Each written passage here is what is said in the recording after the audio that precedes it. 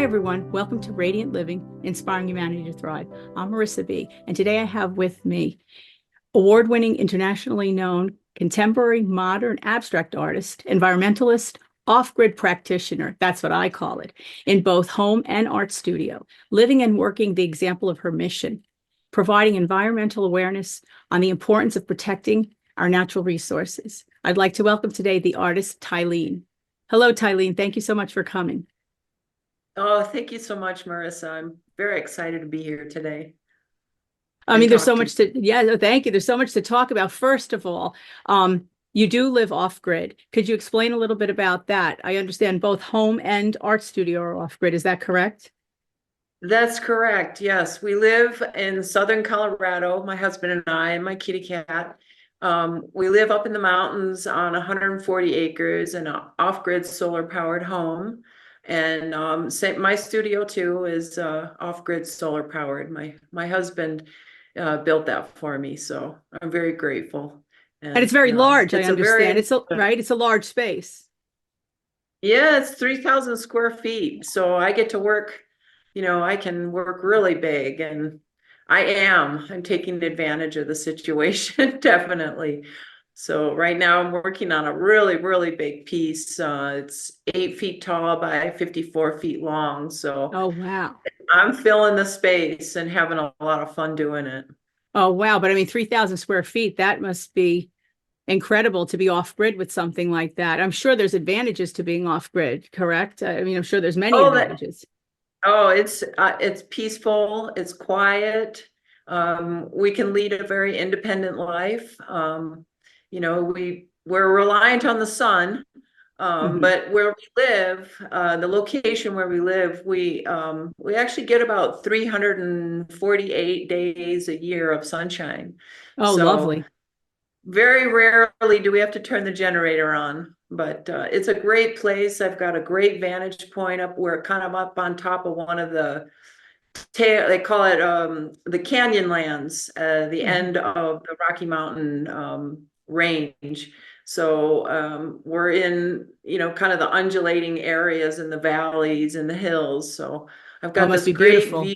Yeah. great view and vista of the plains, out east of us, and then out to the west, it's very mountainous and snow-capped. It's very beautiful. Oh, lovely. And now do you Yeah. find any disadvantages to being off grid? I mean, that all sounds so idyllic. I can't even imagine that there are disadvantages other than you said maybe a generator on occasion. A generator on occasion. Let's see. Sometimes it gets a little windy up here. Mhm. Um, that lasts for a while, but that's really more so where we are located Mhm. geographically.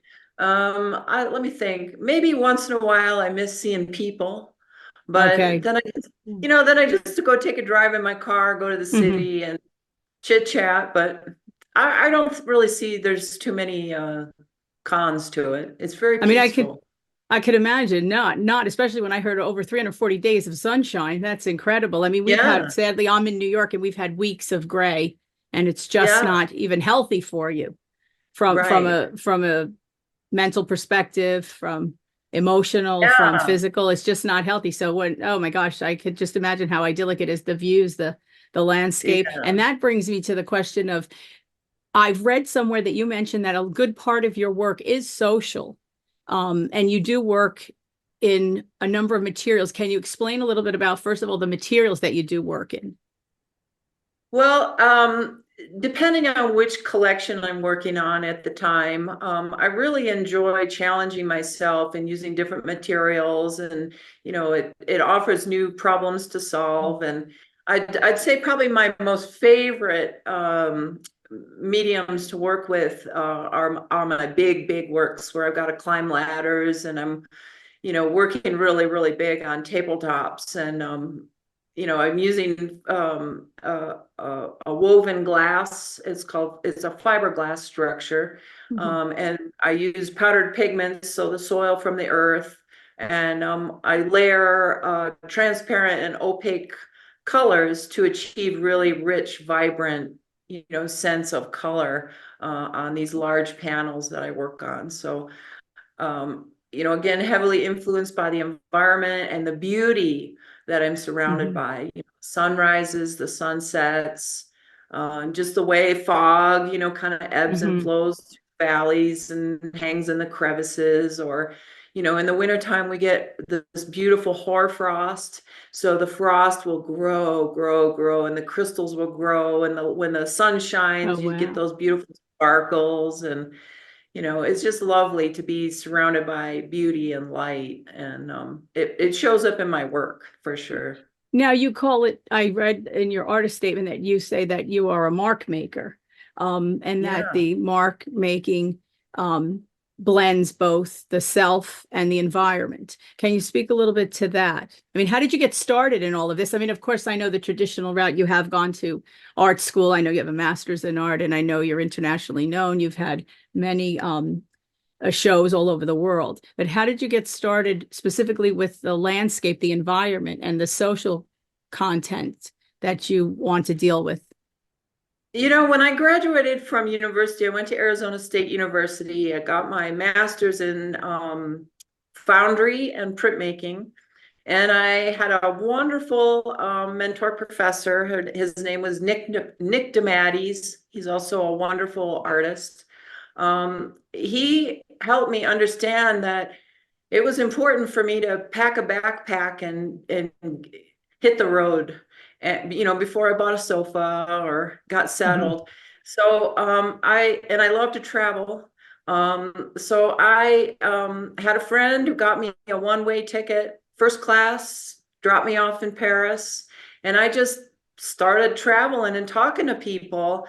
And I always draw. I've always got my note cards with me and pens and pencils, so I'm always making marks, whether it's writing a specific quote, or oh, I'm hearing a foreign language, and what does that sound like to me? What mark is that making when I'm listening to the sound? I noticed that when I first started traveling in foreign countries where there was a different language being spoken, that it really sounded like music and Mhm. patterns and rhythm. So I was really, so energized to be traveling, but then also to hear these new cadences and patterns and rhythms that really spoke to my auditory and my Mhm. visual and my hand. And then being in a new place and being in a new longitude or latitudinal area on the earth, I noticed that the angle of the sun, the angle of the Mhm. moon, seasons change the colors, no Yes. matter where I live. And the soil is different, and the plants are different, and the animals are different. And so I started to record those changes in light and those changes in color as well. So it just kind of all, I think, fused into a development as an artist, and creating my own vocabulary and my own way of interpreting my environment and my surroundings. And I've But always you're very lived in. involved, right? You're very involved Oh with yeah, the environment, though. yes.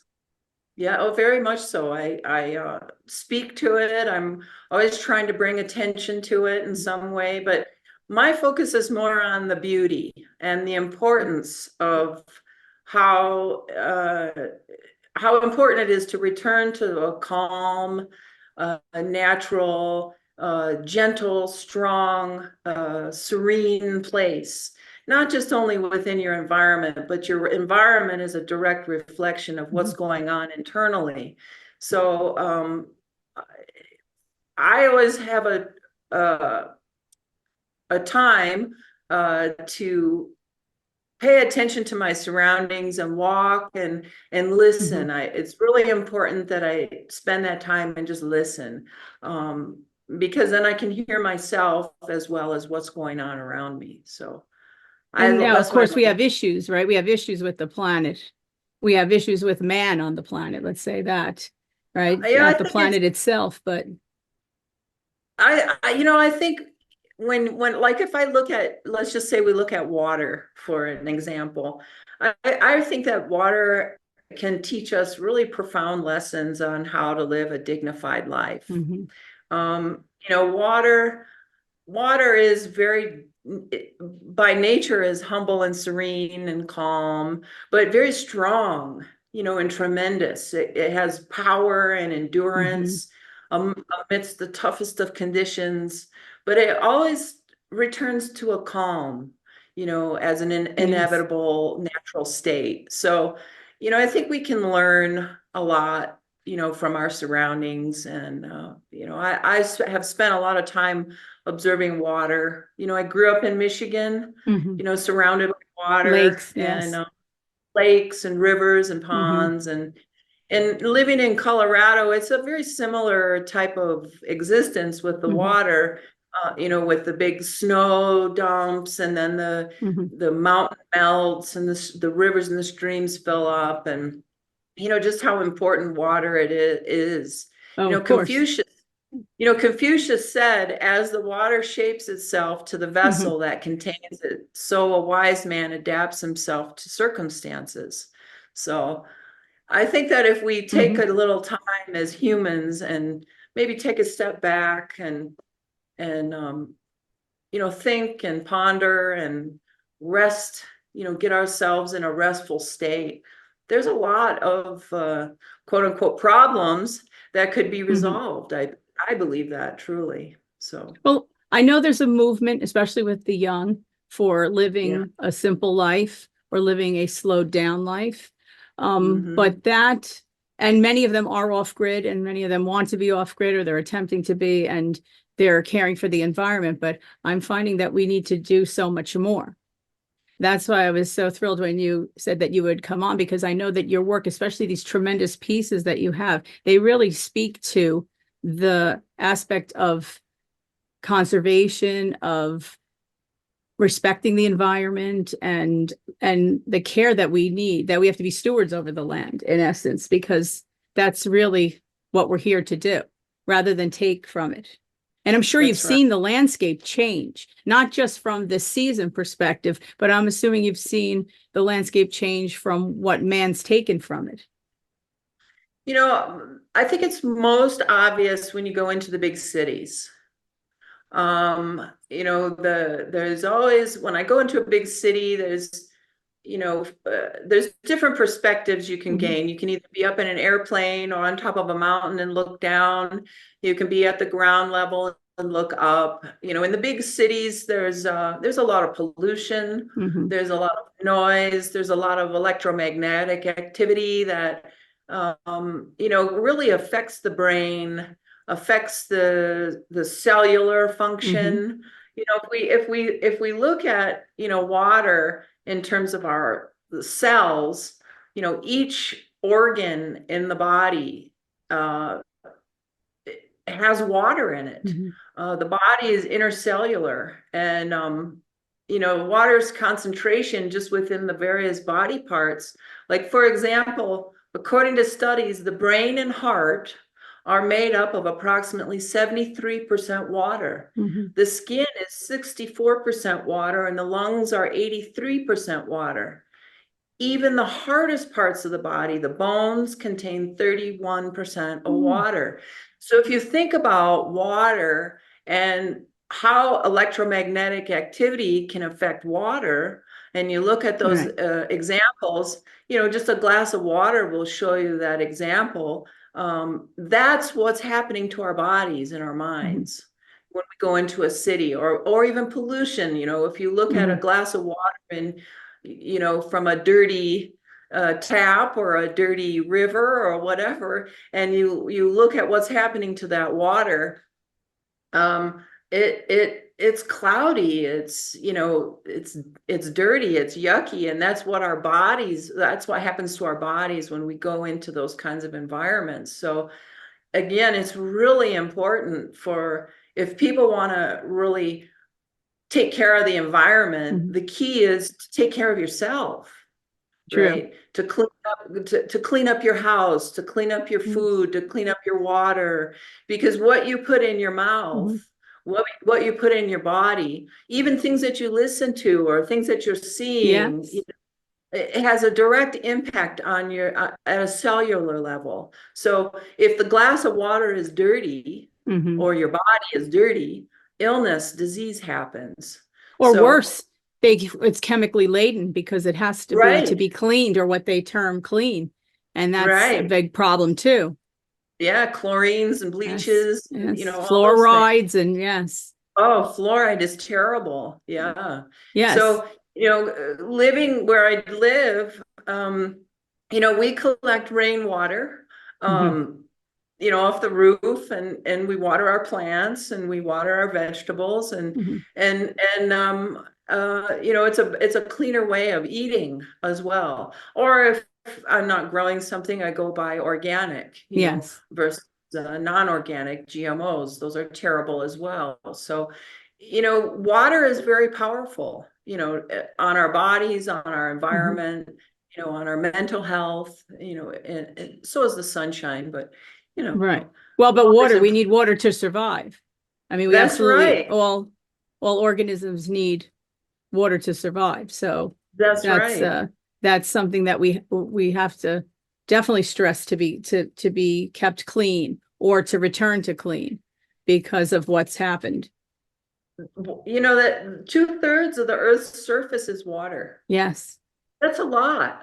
And Yes. it continues to move and shift. It Hmm. exists in different forms, oceans, lakes, rivers, rain, air, Hmm. vegetation, the plants in our houses, Right.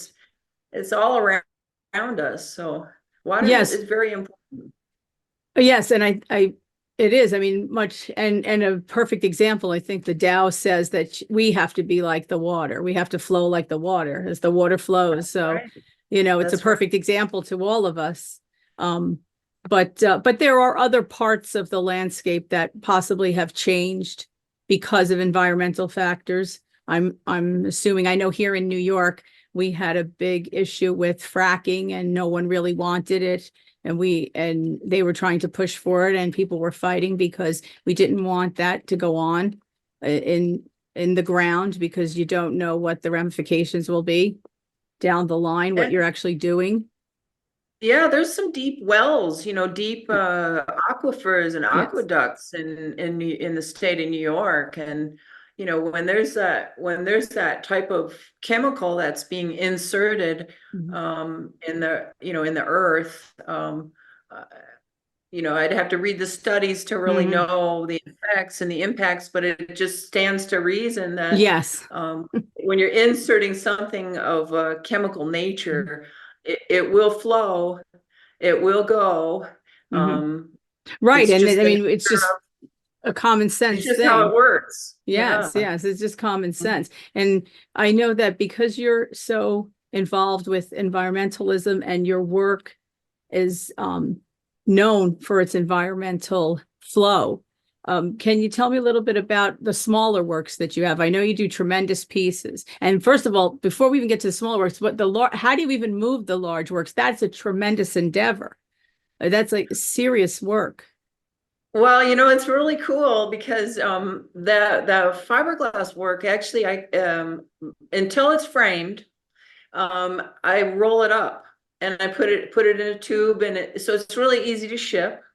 When it's framed, like your screens in your background Mhm. there, your Yes. folding screens Yes. like that, those some of my pieces actually take that form, where they're framed in that manner. Hmm. So it gets a little more, challenging in terms of shipping, but the ease, like when I lived in France and I was Hmm. working for a long period of time over there, and I created this big body of work. It's basically giant paper, so Hmm. just rolling it up, putting it in a tube, like when you go to Home Depot or Lowe's and you see those Hmm. big tubes that you pour cement in. Yes. Yes. Yeah, that's what I use because it's real hard, and it protects the paintings real well. So Right. So to it, travel like that. But you also do yeah, smaller works. Well, not small, but you do smaller scaled yeah. work. Yeah, oh yeah, I do small work too. I work on paper, Mhm. I print, I do wood cuts, I do lino cuts, I do sculpture, watercolor on my, small watercolors. When I'm traveling, sometimes it's not conducive to work big. It's Right. easier to pack a little mini studio in a backpack or in my purse, and I can sit on a big boulder Mhm. by the ocean and paint, or, Oh, how I can set lovely. a little mini studio up. So, my small work is very important as well. Sometimes it's just a matter of just mark making or Mhm. scribbling, or, getting, to get back in the flow of things, Mhm. to let go of rigidity or resistance. It takes a little time. So sometimes I scribble, or I draw, or I just splash some paint. And sometimes it's a real specific item, like I worked on a series about hope. And, Mhm. so every day I did my meditation, and I'd think about, what does it mean to be hopeful? What does it mean when others help us be hopeful? Mhm. What does it mean when we support each other? And then I would sit down after I meditated on that topic, and I would paint. And Mhm. so I did a collection, small paintings on wood panel, about hope and the importance of hope, and how important it is to be fluid and flexible, and help not only ourselves but help others, Mhm. both in love and peace and healing. So that I actually, two of those pieces from that collection are going to be shown in one of the art museums in Boston, coming up. So I'm very Oh, excited nice. about that. Oh, nice. Yeah, And yeah, what are you currently working on? Because the business of art, I mean, after all, a full-time artist is a full-time artist. You are working every day. yeah. Oh, And yeah. so, yeah, I mean, that's really the nature of your work. Yeah, well, right now I'm working on some large scale figural work. My um my foundry background. So I'm working on Mhm. a life-size sculpture of myself that will Wow. eventually be a bronze, will eventually be a bronze. So I'm working up the skeletal Hmm. structure, and I call it the bones and the muscles, and eventually it'll go to a foundry. And then I'm also working on a really large painting, panel series Hmm. of painting called Clapping Trees. And again, the quote is a biblical quote about the environment. Hmm. And the when you look out into the landscape, and the trees, and the importance of the trees, and when the trees are happy, they're clapping. So Hmm. that the piece is about trees and about forests, and what that feels like to sit amongst the trees, or to go hug a tree, or to go smell a Yes. tree. Trees are incredibly powerful, Wonderful. Wonderful. Yes, indeed. wonderful. Yeah, it's wonderful to be Indeed. around them. So Yes. this piece is a huge piece, and I'm working on that feeling of when you're with a tree, and just how magnificent the tree is, and Hmm. large, and the way the light filters through the branches and casts shadows on the ground, and the different colors of the trees through the different Hmm. seasons. So that one's a fun project too. Oh, So that sounds lovely. But now, where can people see your work? I mean, you said two pieces from your Hope collection will be at a museum in yeah. Massachusetts, in Boston in particular. Yeah. Well, right now, I am focused on my studio production. And so my website, Right. studiotalene.com, it's Right. Because you STUDI. have, right. You have a large space. So you really can, Yeah, for all large intents and space. purposes, show your work there as well And as I other and I places. welcome visitors. I love it when people come visit, and come to my studio, do a studio visit. So And I'm first I'd like to focused on I'm mention they focused can on stay, myself. right? I'd like to mention Yeah, they can stay because you do have an yeah, Airbnb. I mean, I know in that beautiful environment, you must be booked all the time, but I do know that you have an Airbnb on your property. So people can yeah. actually come to see your own gallery space, more or less, because they can That's stay there. right. Can you tell me a Yeah. little bit about that? How did you come to decide to do that? I mean, I think it's a wonderful idea because people can actually come and stay and see your work. But how did you decide to do that? Because already full-time artist, environmentalist, it's a lot of work. Yeah, it is a lot of work, but it's fun to share too. And when we do get people that visit, they're, oh man, thank you so much. It's Hmm. never seen anything like this before. And, they love to, it's so peaceful and quiet. Oh, So yes. it's wonderful to be able to give peace and quiet Hmm. and offer that opportunity for people, especially people from the cities. Hmm. Maybe there, I've actually met people that have never been out of the Never. city before, Yes.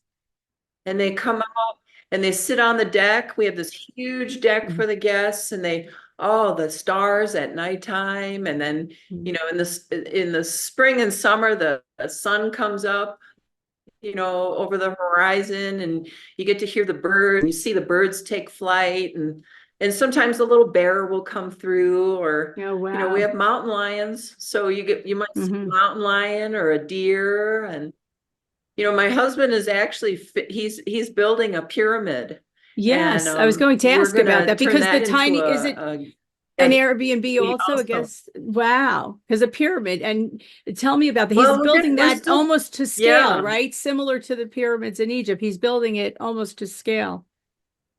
yeah, to That's a big scale. Yeah, undertaking. I That's mean, a it's big small, undertaking. it's not a Right, giant, right, right. But it's a it's it's not a giant. scaled version. It's a scaled version of it. But and that's going to be Yeah, another Airbnb space. That sounds lovely. What's the first space? Is the first space a tiny yeah. home or?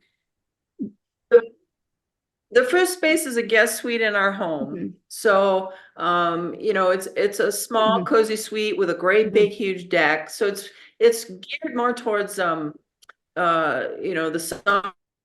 summer months, mhm, because the most of the living space is the deck. mhm. Living room, Right, dining the room, the outdoors. deck, Yes. and uh, yeah, the outdoors. So, Mhm, and then we have hiking trails on the property, so mhm, people can go, walk around the land. And we've cleared a couple other spaces on the property with earmarks for building, more tiny homes or mhm, spaces. So we've got two spaces that we're looking at right now. One is actually within the house structure as well. mhm. We have a really big house, Yes. square footage wise. Mhm, So we have room to put a whole nother guest mhm. suite in the home, which makes it a little easier because of the off-grid things. So we can, Yes. generate the power off the main house. Mhm, So the houses that'll be, on their own or standalones, mhm. they might be a little more rustic. Right, Um, right. they might be, instead of being a full powered system, it might be, two or three panels for Mhm. basics. Right, right. But there's a lot of people that really Yeah. want to totally off grid, unplug, And test it go out back. and test it out. Yes, test it out. Exactly. Yeah, And will the yeah. pyramid be powered? I'm sure it would be powered by solar also, the Yeah, pyramid. he's got a solar panel on there right now, and what it'll do is it'll enable a couple lights to be turned on. Hmm. And what But prompted him to make a what prompted him to make a pyramid? he's really interested in alternative energy and earth Mhm. energy. So he Oh, of he course, a actually, pyramidal structure, sure. yeah, Yes. and he's followed all the schematics for power, pulling power Hmm. from the earth. So he's got all kinds of copper and metal and coils embedded in the floor of the pyramid. And Hmm. he's been doing experiments with food preservation Yes. and just power, and seeing how he can harness what's happening from the Hmm. earth. So Oh, that's he's, wonderful. yeah, Wonderful. he's I mean, very we've interested. done that. We've done a small scale, of course, here. I mean, I always had a small garden, but we began to permaculture a few years ago, dropping fruit trees on and making the garden much larger and foraging on the property. And of course, we collect rainwater as well. I've heard, I think the neighbors thought that it was crazy that these barrels were being delivered to collect Yeah, all the rainwater. And I've had a polytunnel put in a greenhouse and finding that eating the food off the land that we grow, of course, is much healthier because we know yeah, that there's no chemicals on the property. And so, and my daughter definitely is that's into right. living off grid and wanting complete solar. And so that sounds wonderful with the coils and everything that he's put inside the floor that of the pyramid itself, and then everything that Yeah. you're doing on the property. So you both really, in essence, are environmentalists, not only on your own land, but in the community and the planet at large. And Yeah. are you doing any teaching of your artwork with anyone, or are you just so busy Uh, with the work itself? well, I was very, very busy teaching a few years ago. Mhm, Uh, museums, art centers, mhm, private schools, colleges. Um, and when I got married, my husband said, "What would you like to do with your life?" And mhm, I said, I'm an artist. I want to just be an artist." mhm, He said, "Let's build you a studio, and it's your life. Let's, mhm, how you want to structure it is now your choice." mhm, And so for now, I am focused on my studio and my work. In terms of teaching, I do have an inkling. I do miss the classroom mhm, structure. I love to mentor. I specialize in working with gifted and talented. I have a dear place in my heart for working with people with disabilities, autism and mhm, Down syndrome. I just love that population. mhm, I've spent a lot of time working with at-risk youth and mhm. Oh, and how juvenile, well art works, right? How well art works you for them, know, right? It's the abused whole kids healing from the process. court. Yes. Yeah.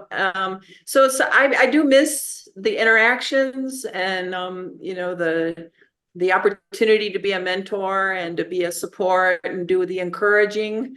But for right now, I am getting caught up Mhm, on my writing and my reading, and I'm following some paths and ideas in my studio that I haven't had a chance to do yet because I've mhm. been so busy, focusing on other people Right. and helping others. So for right now, I decided it was important for me to rest, Mhm. read, write, and execute some of my thoughts and ideas in a more substantial way. So eventually I'll get back to Yeah. teaching, but for right now, I think I So just now, need this.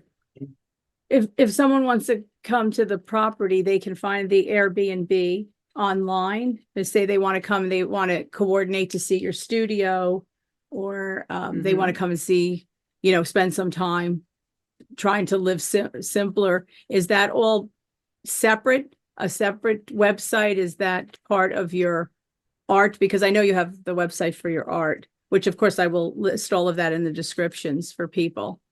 Yeah, well, we have the Airbnb listing. It's on Mhm, Airbnb. mhm, There has actually been a lot of interest, so I will probably put it on my website mhm, to make it easier. I have an Instagram account that I put things up when the things are done, mhm, and when we are really fully ready to put a call out, mhm, say, "Hey, we're ready." I'll do that, mhm. and probably when that time comes, there'll be more conversations with for example, NAWA, Yes, National Association of Women yes, Artists. yes. I'd really love to be able to offer a perk for membership Mhm. with NAWA and offer residency opportunities. Oh, So that's lovely. it's coming. Yes, yes. We're building and planning, and Mhm. I always like to have my ducks in a row, Yes. and perhaps it's not necessary to have all the ducks in the row, but um, you know, uh, it's coming.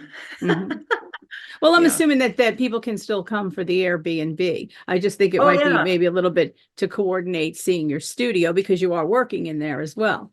yeah. So, Well, appointments are always mhm. great. Yes. I like to know what I can expect and count on. So, Is there appointments are. is there any time of year that maybe the weather's not as good to get there? Do you get a lot of snow in the south? I don't know a lot about Colorado, but I know that they do Well, get snow in places. we do. Colorado as a whole gets a lot of snow. We're in the southern, Hmm. we're we're in an area they call the Banana Belt. Okay, we're Okay. high desert. We have cactuses, and pinyon trees, and we do get snow. Like where we live, we get maybe maybe four big snowstorms a Hmm. winter. The rest of the time is 50, 60 degrees and sunny. Oh, So lovely. our winters are snow then mud. Hmm. And so if people are going to come visit, the best time of year to Hmm. come visit this area would be May through September. Mm. October would be pushing it a little bit because it does Hmm. get a little chilly and sometimes see a little snow, but the roads, Right, it's that's what dirt I roads. thought. Roads might be It's closed a and private ranch. mhm.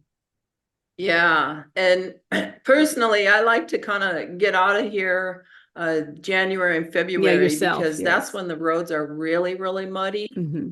And you said high Yeah, desert, that's and high elevation, right? That's high, right? You said, I think you said high desert. That's high elevations. yeah, we're at 6,800 feet Wow, elevation. Yeah. that's If you're high. not used to it, you can feel it a little Yes. bit. You get a Oh, little more yes. tired I was in or Santa Fe recently and they have they're high desert too, Santa Fe, and they had yeah, high elevation. And yes, you can. I had a terrible headache for a few days till I yeah. acclimated. Drink Yes. water. Yes, a lot of water, which was the first time it happened because I had been in Europe numerous times in very high elevations and it didn't happen, of course, younger, so Yeah, it does happen. It did happen this time. But I'm yeah. assuming, and you said that was windy. That's oftentimes it's windy where you are. It's a little bit windy sometimes Yeah, it's with the windy higher today. elevations. Yeah. Yeah, yeah. I can hear it. Yeah. So we can't Well, hear it here because there's always some sort of filtering, yeah, that's always yeah, filtering yeah. with the computers and the internet. So I can't hear it, the audience can't hear it. So tell me what's up next for you. I mean, you have so much going on your property, your husband and all, but what's up next for you with art and where you see yourself going with that? Well, what's up next is the show in Boston at the museum. I'm probably going to come to New York in May, and do the ladies' luncheon with Nawa, and Hmm. then possibly fly up over to Boston to go to the Hmm. opening there. So that's on my list there. Hmm. And then I am actually working on framing my big work.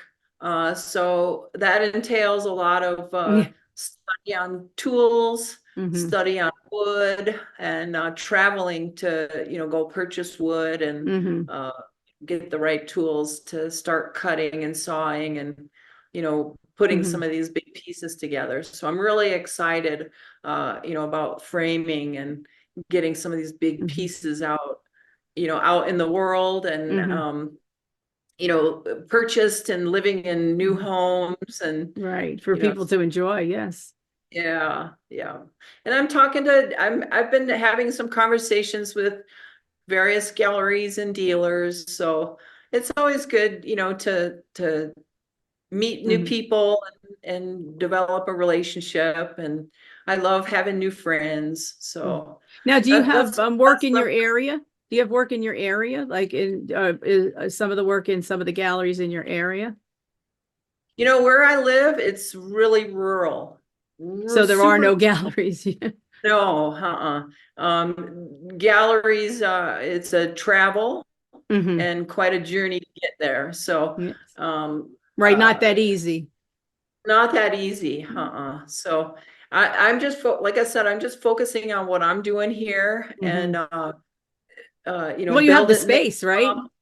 You have Yeah, the space. build I've it, had they will other, come. yes, exactly. And I've Yeah, had other artists on that yeah, they have made their own galleries because yeah, they want their message out there, but they need a place to show that's more convenient, especially people artists that are in a more rural area, not as yeah. easily accessible to large cities and big galleries. So And galleries and dealers, they like to come. They yes. like to come, to an interesting location and they like to see, beautiful environments, Yes. and it gives them an opportunity to get outside of a city and Mhm.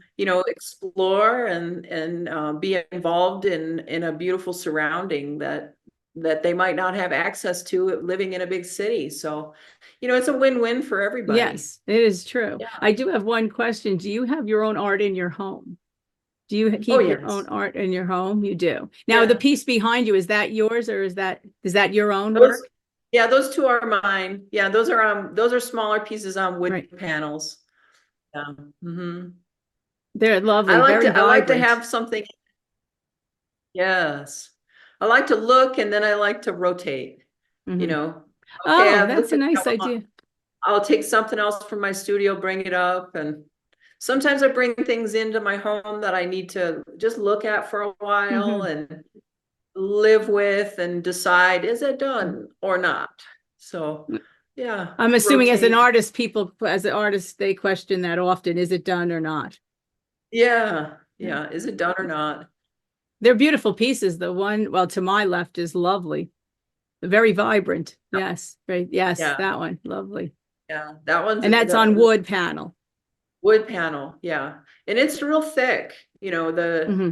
The buildup of the layers it gets pretty thick and dense, and the colors Hmm. are real rich. So, And these are yeah. pigments that you use from the earth. You said Yeah, they're so I dried got, pigments. yep. When I lived in France, I lived near the pigment mines down in the south of France. Hmm. Um, the mine is called Roussillon, and so I bought like a lifetime supply of pigments while I lived there. And Wow. some of my pigments come from Greece, like some of the special Hmm. greens that Hmm. only exist in that part of the world. And then I have some of my earth tones that come from South America.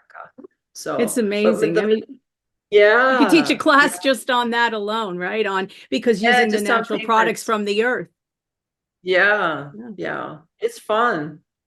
Wow. And And so you'd just be to think that you have surprised them with the from all over. colors. Yeah. Yeah. Oh, we could just imagine the colors. And Yeah, just to think that you have them from all over. You said Greece, South America.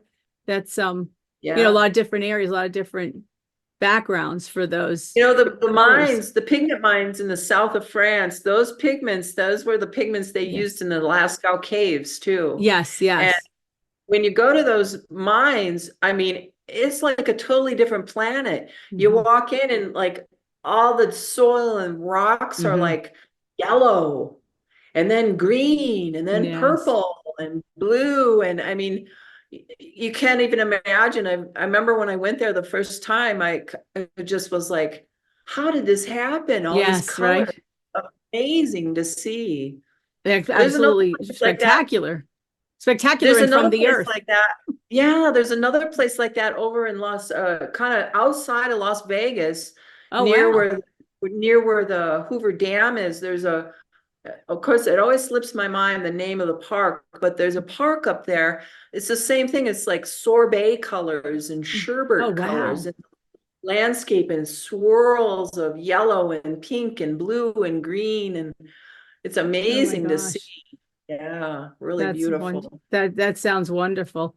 Um, Yeah. just to work with the natural pigments. That's what I like, working with the natural Yeah, pigments instead of heavily laden chemicals. I mean, I know yeah. others do, but it's wonderful. And I know that it's an art, it's a technique.